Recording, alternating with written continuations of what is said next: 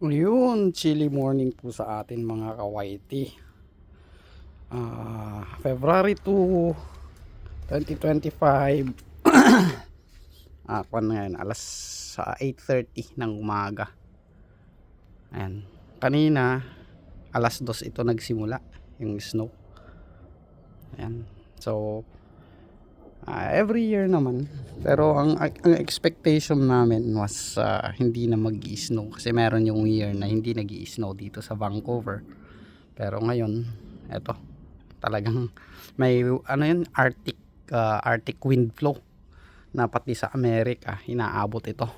Kaya we are expecting na medyo mataas ang snow ngayon.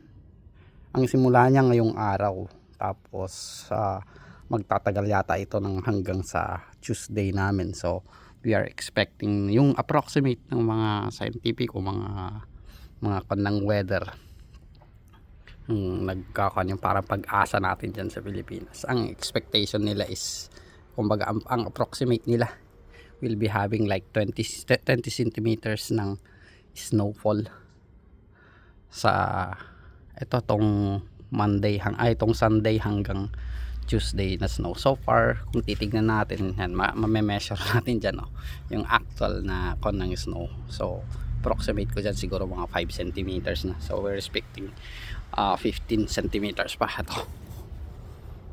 Ayan, mga 15 centimeters yan somewhere. So ang kapal ng snow. Medyo maganda rin yung kanya, yung pangalan to, yung pagbagsak nga, kasi may kasamang wet din, may konting ambon din. Pero kanina nung tumawag ako sa misis ko, grabe talaga yung cottony snow talaga. Yun, magpapakapal talaga yun pag yung cottony. Pag medyo may ambon-ambon, hindi gaanong makapal. Then kagabi din, naisipan ko maglagay na ng asin. Meron kaming special na asin na yung parang timplado para sa pangkon sa kalsada, paglagay sa kalsada para hindi gaanong kumapal. So yung mga sidewalks namin ganyan ang itsura kasi may asin yan. Grabe, ang kapal ng snow. Ewan ko, pati siguro buhok ko ngayon may snow na. So yung weather naman namin, yung temperature pala namin is -2. Ang expected, bababa kami ng hanggang -4 hanggang mamayang umaga. So gigising ko lang, ayan, may mga snow sa ulo ko. Yan. So yan yung ganap ngayon, February 2 ng 9:30 ng umaga. Yan. Ito yung likod ng bahay. Gandang tignan. Pero ito ulit, problema ulit. Pagpasok mamaya sa trabaho, kakaunti yung bus, malimit ang aksidente dahil madulas yung kalsada. Mas madulas po itong snow kaysa yung yung putik. Alam nyo? Ganun. Ayan, yung tanim ng ate ko dun. I-zoom natin. Ano, ganda siyang tignan, no? Kaso nga lang, yung magandang tignan, kaso nakaka-perwisyo sa mga nagtratrabaho din. Kapal ng snow, ayan. Ewan ko, may makakats tayo. Nilalaglagan yung mga nandun sa branches.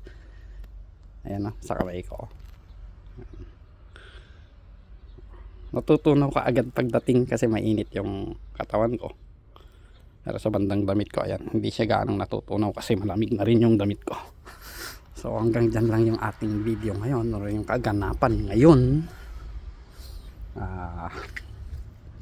Siguro maya maya pinapabili ako ng mama ko ng battery, and then pupunta rin tayo sa bank mamaya. Mag-withdraw tayo ng konting cash para pang bili. Tsaka magbayad din ako ng aking mga utang dito. Kakautang din tayo dito eh. Talagang kaakibat na yata ng buhay ang pag-uutang. Kaya magbabayad tayo mamaya. So ayan kaganapan, maraming salamat sa panonood. Bye.